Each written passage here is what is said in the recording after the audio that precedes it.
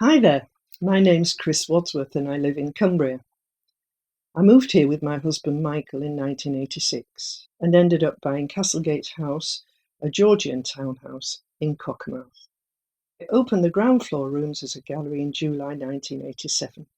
When I hung the gallery open notice on the front door every morning, I'd got no idea who was going to come in and what would happen, but something always did.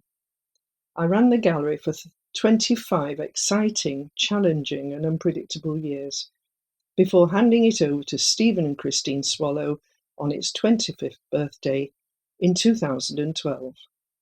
It has freed me up to write, curate and tell stories.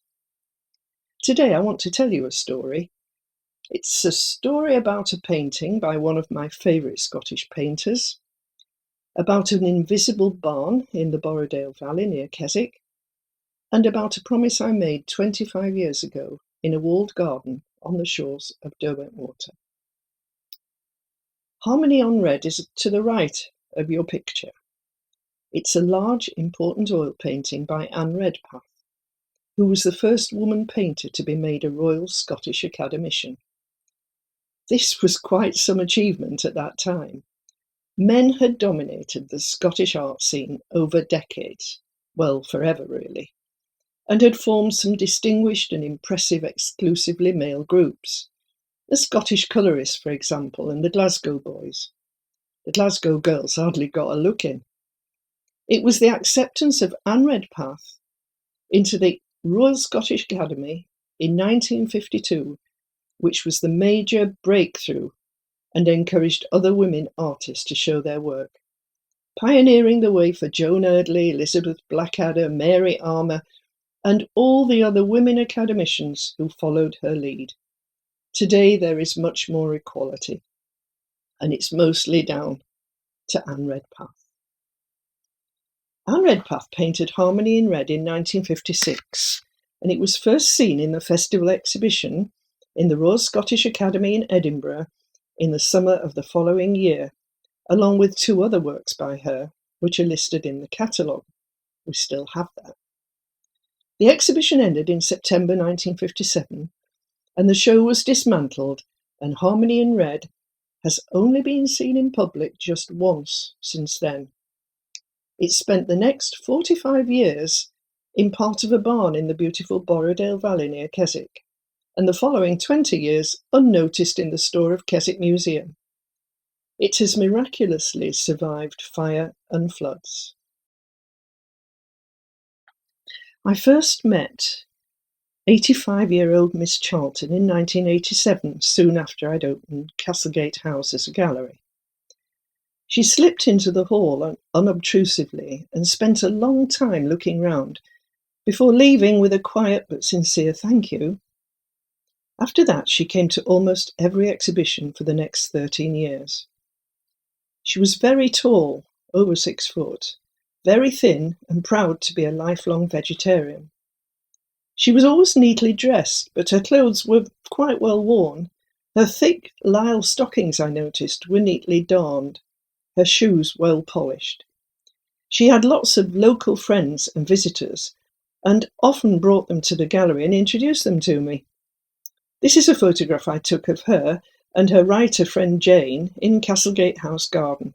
Rosalie's on the right. When I put her on the mail list, she protested and offered to pay for the postage because she wasn't able to buy anything at the gallery. I still sent her invitations, though. I noticed her address was Shepherd's Close in Borrowdale. I imagined that it would be in a small terrace, maybe a close of shepherd's cottages. I was wrong.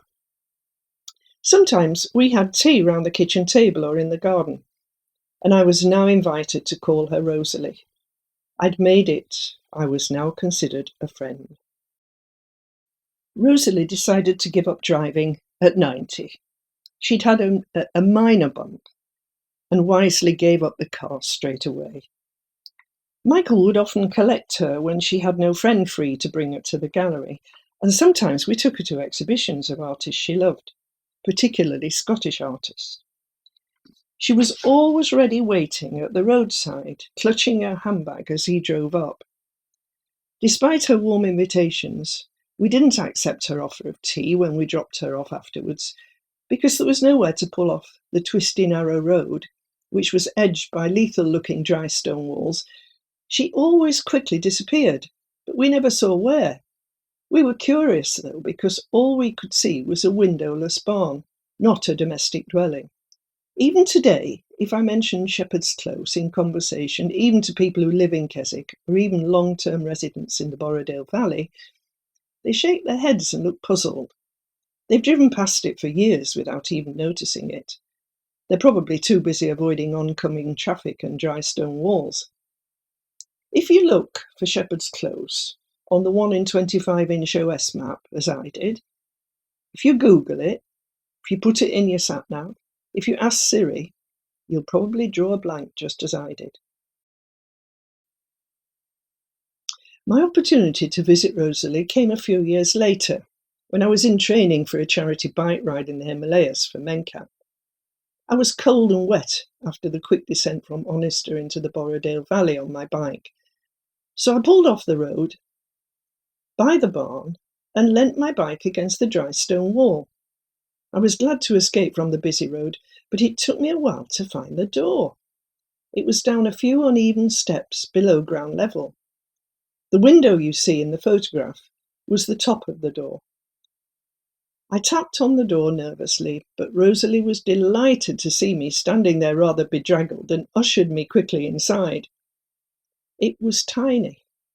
There was just one room, and it was like a hobbit house.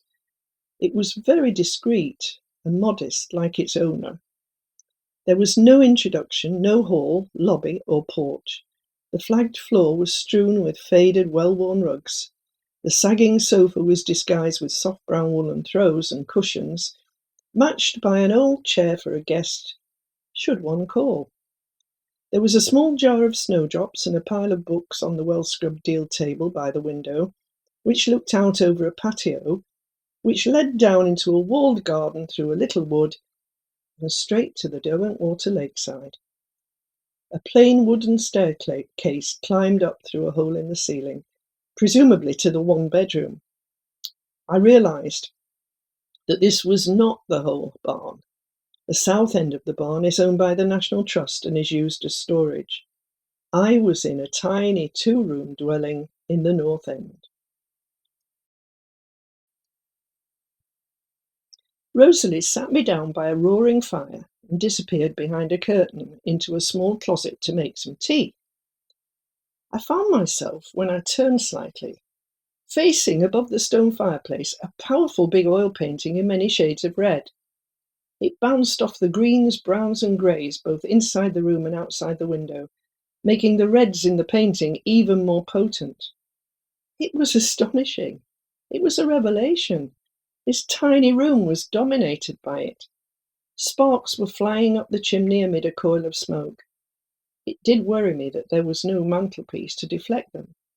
But this slash of colour above was blindingly unexpected in this setting. It commanded the room. It demanded attention.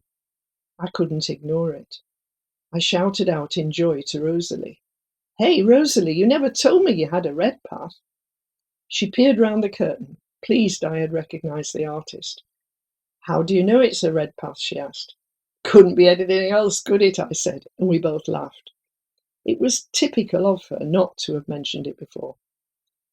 We sat by the fire, sipping hot tea, and she told me the story of her purchase more than 30 years previously.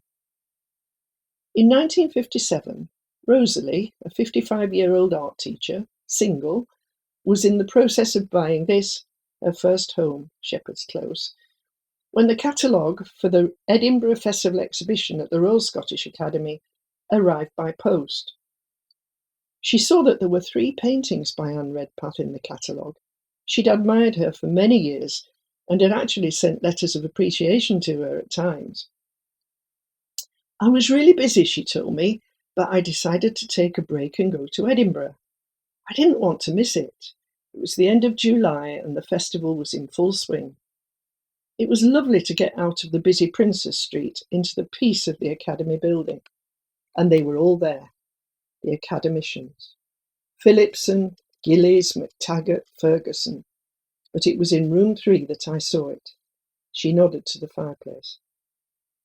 Do you know, I stood in front of it for a long time. I carried on round the rest of the show, but I saw the other Redpaths as well, but I just kept coming back to room 3. I wanted that painting. I wanted it in my new little house. So I looked at the price list. It was £94 10 shillings, a fortune. I couldn't afford it. But I reminded myself that I'd only come to look, not to buy. I came back here in a dream, and I could think of nothing else. I measured the chimney breast. It would fit perfectly. But it was out of the question. However, a few days before the exhibition closed on the 15th of September, I just had to know. I wrote to Anne Redpath asking if it had sold. I was hoping it hadn't, but I was also half hoping it had. A reply arrived by the return of post. This is Anne Redpath's elegant flat in London Street, Edinburgh, where the letter came from. It was dated 17th of September 1957. Dear Rosalie, it said, it was nice of you to write last week to tell me of your visit to the Mound and your liking for my pictures. I don't know why you didn't think of ringing me and visiting me. I think I asked you to a long time ago to do just that. I know you like one of my pictures so much that you want to own it. As a matter of fact, it was just being put in a van for an exhibition in London when your letter arrived this morning, and I stopped it just in time. So I will keep it for you, and it will be lovely to have you come here and fetch it. About the price for the picture, in the catalogue I see it is £94 10 shillings. I would be happy to let you have it for 80 guineas. I like to do this as a gesture to people who really like my work, and your letters over the last few years have given me great pleasure. I hope you get your picture and enjoy it. I am yours sincerely, Anne. Rosalie was overjoyed. She showed her mother the letter, and of course her mother gave her quite a lot of money towards it. And she went back up to Edinburgh to collect it with a good friend, George Hartop, an artist who had an art shop and gallery in Derwent Street, Keswick. He'd gone presumably to help her carry the big painting. Rosalie smiled as she remembered their tea being served in fine porcelain gold cups. Those cups had featured in one of Anne's still lifes. In fact, the flat was full of objects that Anne had used in her work. She was very well known in the junk shops of Scotland and the brocantes and markets of France, sifting through everything until something took her eye. Anne Redpath was a well-loved and well-respected person in the art world, particularly in Edinburgh. She was very generous and helped younger artists. Her Sunday soirees in this drawing room were very much talked about, and her work was always the first to sell in any exhibition. There is now a blue plaque on the wall outside 7 London Street. Before she became an academician, she had championed women artists as chair of the SSWA, Society of Scottish Women Artists, in 1944, and she also had founded the Edinburgh School. This is Anne Redpath in her London Street studio. She looks a bit scary in this photograph, but it was the only one I could find, and she was very approachable or anything but scary. Her style of painting was very much her own, but her method was unusual and a bit messy, as you can see from the table in the foreground. Whether it was a landscape, a still life, or a portrait, she would use her paint quite dry and would often scour it and scrape it a lot. She scraped quite a lot off it to create surface texture. She even used to drag a small piece of chainmail across it at times. I heard that her accountant came into the studio one day, and on seeing the state of the floor and all these half-empty tubes of paint on the table, he asked her if she could possibly reuse it all. This didn't go down very well with Anne Redpath at all, and needless to say, she didn't even try to scrape anything off the floor. This is one of her best-loved paintings, Red Slippers on an Indian Rug. It was painted in 1940. After art college and travel in Europe, Anne married architect James Mitchie and they had 3 boys. They lived in France for 14 years, and during this time, Anne's priorities were her family. She did paint, but she didn't get a lot done. They moved back to the UK in 1934, he to Bristol and she to Scotland with the 3 boys. This was when her work just blossomed and flourished. Honour upon honour was bestowed on her. She got an OBE, an LLB, making her Dr. Redpath, in addition to her Royal Scottish Academy, and finally an ARA, an Associate of the British Royal Academy. Michael Palin's a keen collector of her work, and in 1997 he made a BBC Two film. This can be found on YouTube. Michael Palin travelled to the south of France, to Menton, to find out where his painting had been done. Michael Palin also visited Fleming's Merchant Bankers in the City of London. They own the largest collection of Redpaths. Anne Redpath was now becoming very much better known, both internationally and in London. She had several exhibitions in London and in France. This painting of a tabletop was very controversial. It was bought by Manchester City Art Gallery in 1958 for 230 guineas, an awful lot of money at that time, amid much controversy. It went to a vote among the council and won narrowly 57 to 46 votes. It is worth massively more than that today. Rosalie hoped that Anne would come and see her Harmony in Red hanging so perfectly in Shepherd's Close. They carried on their correspondence for many years, but Anne never made it to see her painting in Shepherd's Close. It's unclear whether she and Rosalie ever met again, but she sent her many little hand-painted cards, Christmas greetings and letters over the next few years. Harmony in Red hung over that Lakeland fireplace for the next 45 years, keeping its freshness despite the smoke and heat and the occasional stray spark. I made a habit of dropping in on Rosalie when I was out on my bike from then on, both to see her and also to enjoy that fabulous painting. One afternoon, Rosalie said, "If you go upstairs to my bedroom, you'll see something interesting on the wall." I climbed the wooden steps, and as I drew level with the floor, I saw that her bed was elevated on big blocks of wood. When I stood up in the room, I could see why. The view from the window across the lake was breathtaking, and she'd lifted her bed so that she could see Derwentwater, Catbells and Maiden Moor, and the lake from her bed. My attention, though, was caught by the 2 lithographs on the wall, both unmistakably by Redpath.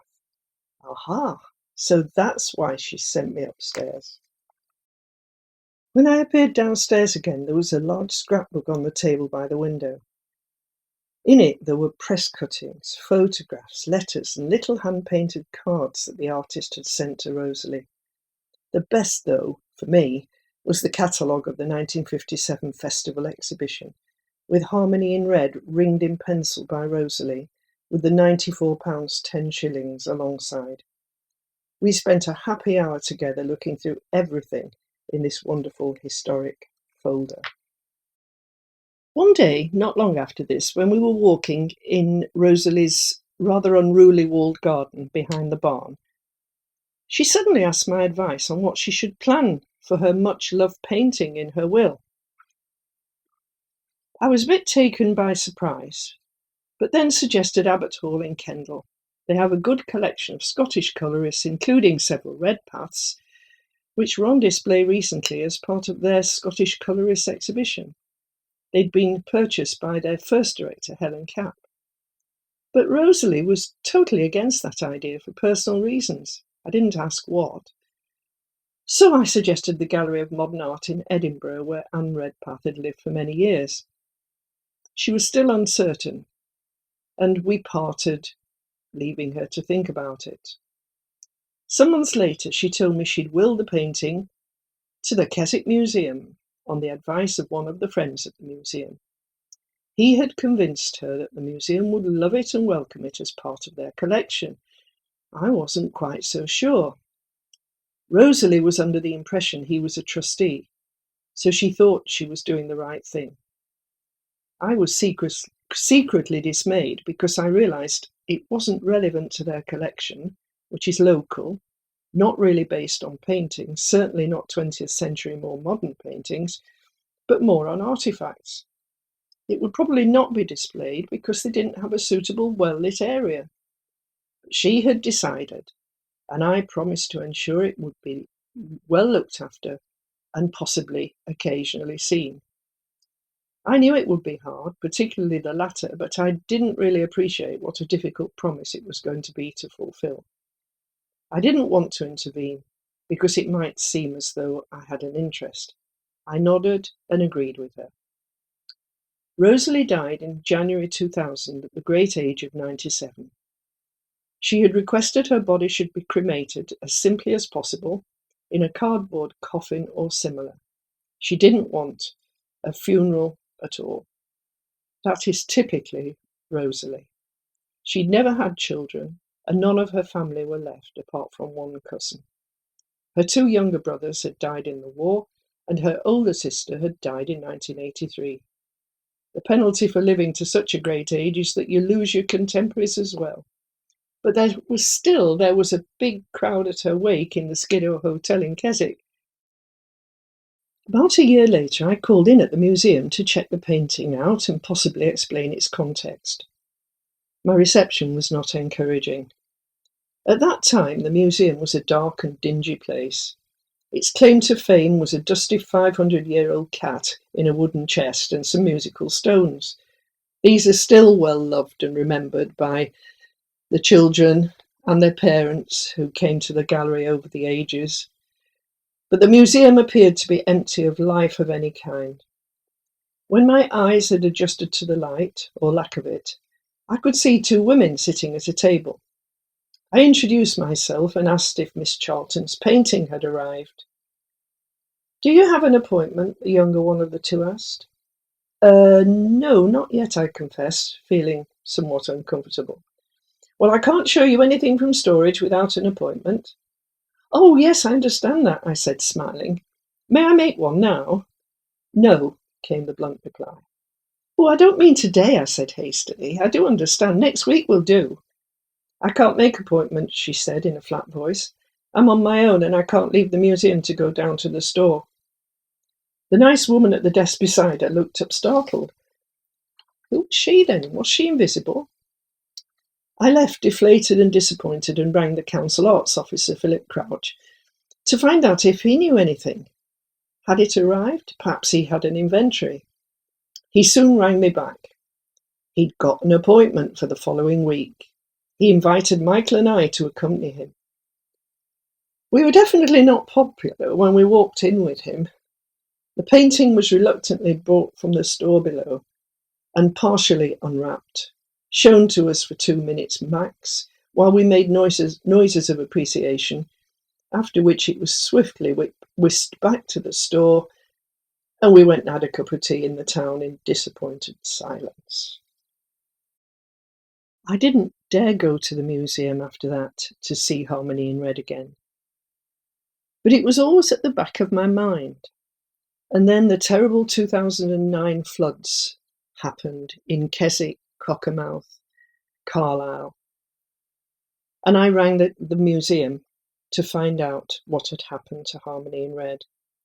And I was relieved to be informed that the water hadn't quite reached across the park as far as the museum.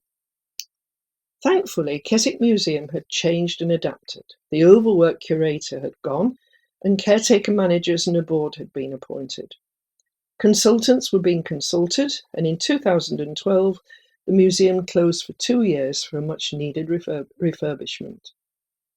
It reopened in 2014, transformed into a light and airy place with a cafe in the basement at park level, a lovely light exhibitions gallery on the ground floor, a 500-year-old cat, now aged 514, the ever-popular musical Stones remained in situ. They're much loved by Keswick residents and their children.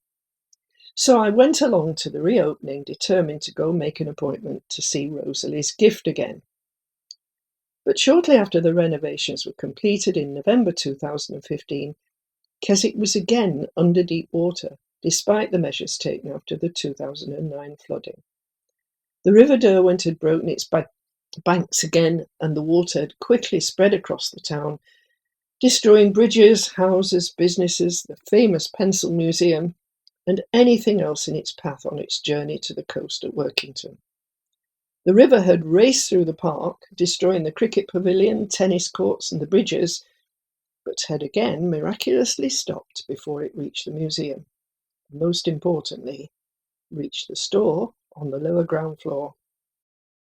As Keswick began to recover again, Sue Mackay, an energetic new curator, was appointed, and she began to programme a series of relevant exhibitions in the new gallery section.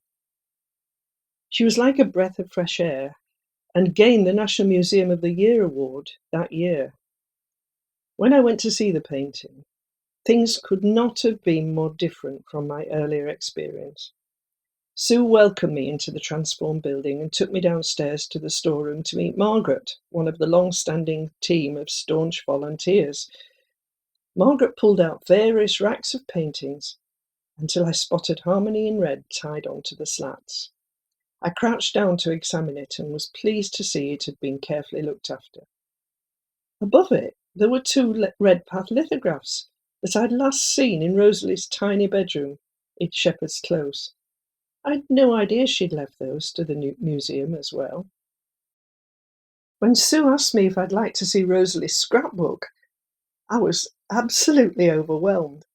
This had never been mentioned before. I asked Margaret if there was anything else left by Rosalie. "Oh, yes," she said, looking through the files.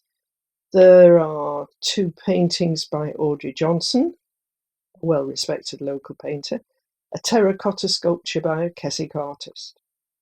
None had ever been on display. I spent 2 days in the museum's research room looking through everything in the scrapbook. There were handmade Christmas cards, letters, catalogues, postcards, and press cuttings. The last time I'd seen this was sitting with Rosalie on her sagging sofa, looking at all these carefully collected treasures." Just as I thought things couldn't get any better, they did. Sue rang me up, delighted to tell me that she'd looked up the artist and had realised that what I'd told her was right about her importance. So she'd listed the painting on the National Art Register, and she'd actually received a request straight away for the loan of the painting for an upcoming Redpath retrospective. It was to be at the Scott Gallery in Hoyk, where Anne had been brought up. At last, Rosalie's gift was gaining the attention it merited. I felt she was there with me, cheering me on. This would be the first time it had been on display since 1957. I was asked to give a talk about the bequest to friends of the museum the following spring. So I rang a bit in advance, just to confirm the date. Sue asked if I could give the talk without the painting or the lithographs. This was a very puzzling request. The whole point of the talk centred around the painting, and it wouldn't work without the star player in the story, would it? It had to be seen. So where was the painting? "Well, it's in Glasgow," she said. Oh, I was thrilled about that, until I discovered that it was not in a gallery, but in a dry store, along with the rest of the contents of the museum, as there had been an internal ingress of water, and everything had been evacuated to dry storage in Glasgow. Once again, Harmony in Red had been in trouble and had survived unscathed. It had now survived 3 floods. My talk was cancelled with promises to inform me as soon as it returned home to Keswick, and Sue moved on to pastures new. Time passed, I checked a few times, but the painting and the lithographs were still on holiday in Glasgow.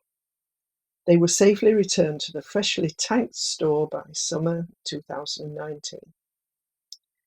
I'm happy to say that the museum is still a bright, friendly place, with Beck Skinner as manager now, with more exciting plans in progress.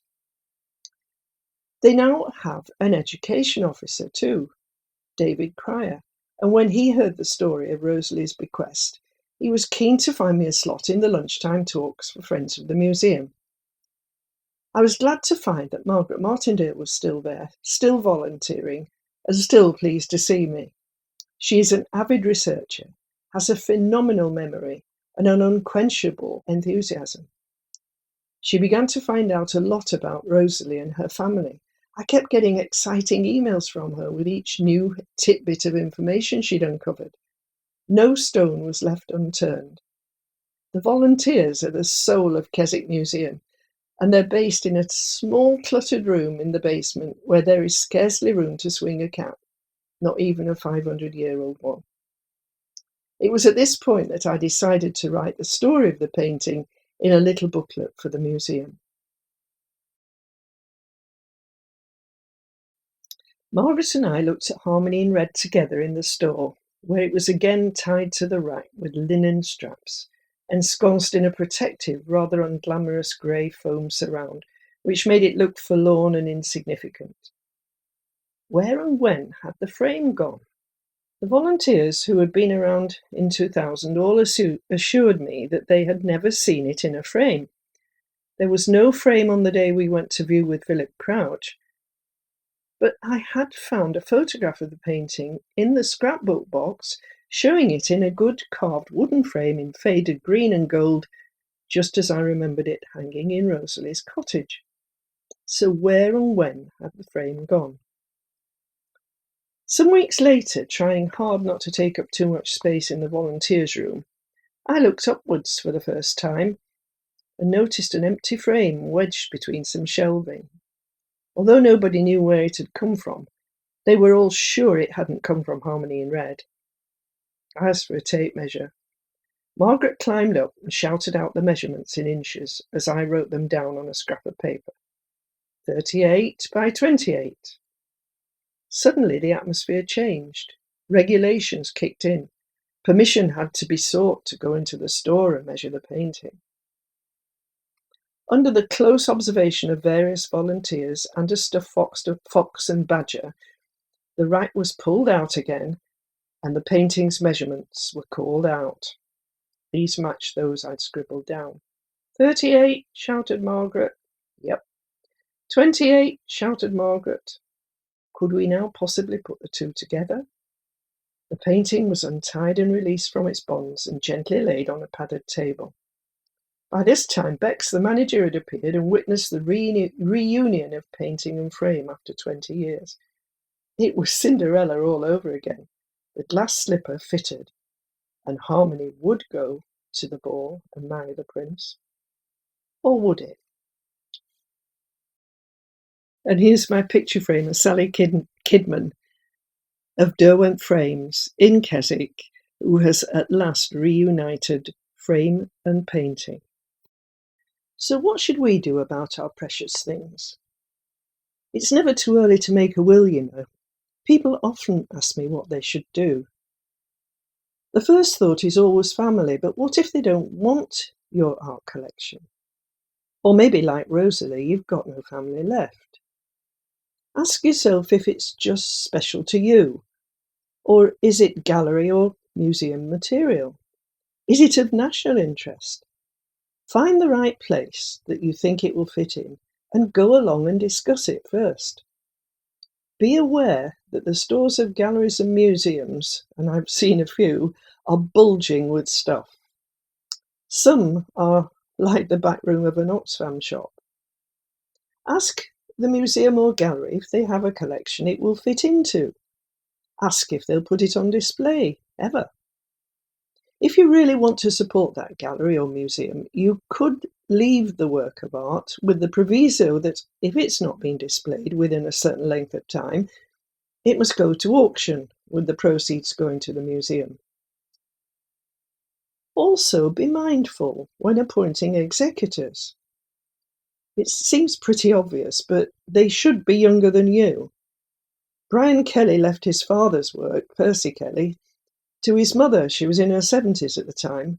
This was not a good idea. It should be someone you know and trust. Rosalie's executors were her solicitors, two partners in the firm. I only recently got a copy of her will. There were a lot of things that were not carried through, not just her Redpath collection. And of course, with the Redpaths, I just thought there was the one painting. But then the will would have told me, had I seen it sooner, about all the other things that she left. Keswick Museum have said that there is no chance they will ever show this delightful collection of Rosalie's. There are over 100 pieces in all, if you take into account the little signed Christmas cards and watercolours and letters. But you can go along and ask to see it. It belongs to you, you know. Belongs to all of us. The days of my sad encounter with the first curator are gone, I'm glad to say. The staff and volunteers at Keswick Museum are dedicated, friendly and knowledgeable. If you go along and ask or ring in advance, I'm sure they will let you see Harmony in Red and anything else you want to see. I have produced a 16-page booklet telling Rosalie's story. It's very much like this presentation. You can buy it at the museum or on my website. It's only £3, including postage, and all the revenue goes to the museum. And these days, they need our support more than ever.